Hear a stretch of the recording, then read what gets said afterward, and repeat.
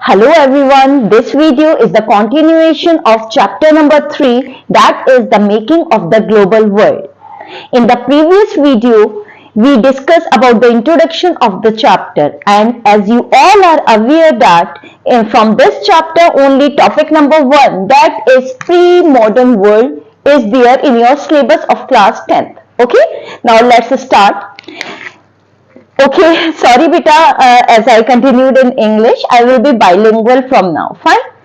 So हम chapter number 3 का topic 1 continue कर रहे हैं. टॉपिक 1 था pre modern world. Pre modern world जो है इसमें हमने देखा था अब तक के during the time of the pre modern world how the world was connected with one another. Fine. तो हमने ग्लोबलाइजेशन को डिस्कस किया था and apart from that we discuss about the medium of exchange. One of the medium of exchange used during the time, that was Kauri. Yes. Now we are moving to our next topic, that is Silk Route, the route through which the trade had taken place during the time from the pre-modern time till the 15th century. चलो और अच्छे से detail में discuss करते हैं. Silk route आखिर है क्या? सिल्क रूट ये एक ऐसा लिंक है जो दुनिया को उस टाइम में जोड़ता है. During the pre modern world के टाइम में ये एक ऐसा रूट है जो दुनिया को लिंक करता है. The route which link the world for the purpose of trade and for the purpose of cultural exchange. ये वो रूट था जिससे ट्रेड होती थी और कल्चरल एक्सचेंज भी होता था. कल्चरल एक्सचेंज कैसे होता था? लोग people of different religious community, different culture, Christians हो गए, वो Christian, Buddhist and others people, they travel for the propagation of their religion. ठीक है, तो ये वो लिंक था जो प्री मॉडर्न वर्ल्ड. आपको पता है प्री मॉडर्न टाइम में only 3 continents were known on the earth. 3 continents एक पता थे, एक Asia, second Africa and Europe. Okay, America हो गया हमारा, ऑस्ट्रेलिया, ये बाकी कॉन्टिनेंट्स हैं, ये बाद में डिस्कवर हुए हैं ड्यूरिंग द 15th सेंचुरी. और प्री मॉडर्न वर्ल्ड में हम टाइम पीरियड कब तक डिस्कस कर रहे हैं? From the BC till the 15th century. तो सिल्क रूट वो ये एक रूट था, ट्रेड रूट था, कल्चरल लिंक का रूट था जो यूज किया जाता था by the people since the BC till the 15th century BC. Fine. And this route, ये जो रूट था, ये जो रास्ता था, ये सिर्फ लैंड रूट नहीं था. This route consist of land route as well as the sea route. Okay, अब इस रूट से क्या क्या चीजें एक्सचेंज होती थी? We discuss about the commodity like from China. China की क्या चीज फेमस थी? Silk and Chinese pottery. These things were taken by the people through this route for the purpose of trade. India से क्या चीज export होकर जाती थी ड्यूरिंग द टाइम? इंडिया से cotton, textile was famous, spices were famous. ठीक है, ये चीजें जाया करती थी. चाइना से चाइनीज पोट्री एंड सिल्क.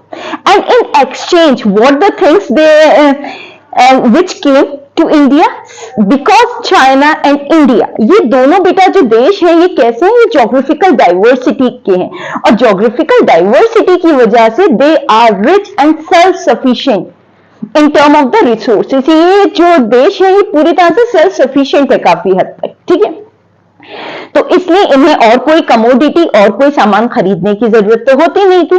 तो जब लोग इनसे ये चीजें खरीद के लेके आते थे, जैसे इंडिया से स्पाइसेस, गरम मसाले और कॉटन टेक्सटाइल लेकर जाते थे, या चाइना से सिल्क और चाइनीज पोट्री लेकर जाते थे, in exchange these countries, these lands, not the country during the time, these lands receive gold and silver. और इंडिया के पास गोल्ड सिल्वर माइंस नहीं थी, और गोल्ड माइन की अगर बात करें वो भी एक कोलार रीजन में थी. ठीक है, तो इसलिए इससे क्या होता था, यहाँ पर प्रीशियस मेटल्स आते थे. तो सिंपल, अगर देखो बेटा ये सिल्क रूट है, इसकी डेफिनेशन आपको 2 नंबर में पूछी जा सकती है या फिर इसको एमसीक्यू क्वेश्चन में पूछा जा सकता है. तो आपको क्या पता होना चाहिए सिल्क रूट क्या है? What is silk route? It is a route of link between which link Asia, Europe and Africa, and this route consists of land route as well as the sea route, and through this route trade and culture was exchange. Fine. अब next point क्या हो सकता है? इस root से क्या चीजें जाती थी? As we discuss what the commodities which were exported from India and China, and in return these regions receive a precious metal like the gold and the silver. Okay अब बेटा कल्चरल एक्सचेंज होता था उसके बारे में बताया गया है कि सबसे पहले आपको पता है Buddhist religion during the 6th century BC जो है that religion came into existence. तो Buddhist missionary went through this silk route for the propagation of their religion. बाद में क्रिश्चियन मिशनरीज है. लेटर 7th सेंचुरी में जब इस्लाम आता है then Muslim preachers also travel through this route. Fine. So this is all about the Silk Route. अब हम silk route से नेक्स्ट टॉपिक पर जाते हैं, फूड ट्रेवल्स. ठीक है, अभी क्या बताया, सिल्क रूट से आपका या तो डेफिनेशन पूछी जा सकती है और एमसीक्यू. एमसीक्यू में सिल्क रूट आपको समझ में आ गया, इसमें कौन कौन से लैंड रूट है, सी रूट है, कमोडिटीज क्या एक्सचेंज होती है, कौन लोग ट्रेवल करते थे, ट्रेड के पर्पज से या कल्चरल एक्सचेंज के लिए, रिलीजियस मिशनरीज ट्रेवल कर रहे हैं. फाइन. अब हम मूव करते हैं फूड ट्रेवल. ये टॉपिक जो है बेटा इसमें से सिर्फ आपका एमसीक्यू बनेगा. ठीक है, और जहां से आपका एमसीक्यू फ्रेम होना है तो उस टॉपिक की डीप अंडरस्टैंडिंग बहुत इंपॉर्टेंट है, क्योंकि अगर आपकी अच्छी अंडरस्टैंडिंग होगी उस टॉपिक की तो कैसे भी एमसीक्यू फ्रेम हो you can be able to answer. Fine. तो फूड ट्रेवल में हम देखेंगे कि food, there are many food items like potato, tomato, टमाटर, आलू, हरी मिर्च, सोया, ये बहुत सारे फूड आइटम्स है जो हमें नहीं पता, जो आज हम यूज करते हैं कॉमनली, लेकिन these food items were not known in the world before the 15th century. ये सारी चीजें कहां से आई? After the discovery of America. America जब डिस्कवर होता है उसके बाद वहां से ये चीजें यहां लाई जाती हैं. तो पहली चीज आपको क्या पता होनी चाहिए कि अमेरिका से कौन कौन से फूड आइटम्स आए इंडिया में और बाकी दुनिया में. फाइन. इसके अलावा कौन सा food item means as the people travel along with the people, food also travel from one place to another because people carry their food with them, और उनके साथ उनका जो फूड की लाइकिंग डिसलाइकिंग वो भी वहां पर जाती है दूसरी जगह, and food known to the other people also. जैसे अगर हम बात करें नूडल्स की, तो नूडल्स हमें जहां तक पता है वो चाइना में था पहले. In China it was known as noodles and when it travel to Europe it came to be known as, Europe में इटली है जगह कंट्री, इटली में एक जगह है वहां पर जो इसको किस नाम से बोला जाता था, स्पैगेटी. तो यूरोप में अब सब जगह इसको स्पैगेटी कहा जाता है. लाइक पास्ता आप सबको काफी पसंद होगा. फाइन. तो पास्ता की अगर बात करें तो पास्ता जो है वो कैसे ट्रेवल किया, it travel by the Arab merchant. Arab merchant जो है वो उसको यूरोप तक लेकर के. फाइन. तो as the people travel food also travel with them. और फूड ट्रेवल्स में हमने देख लिया कि कौन कौन से फूड आइटम्स, न्यू वर्ल्ड जिसको बोला जाता है, न्यू वर्ल्ड कौन सा, अमेरिका.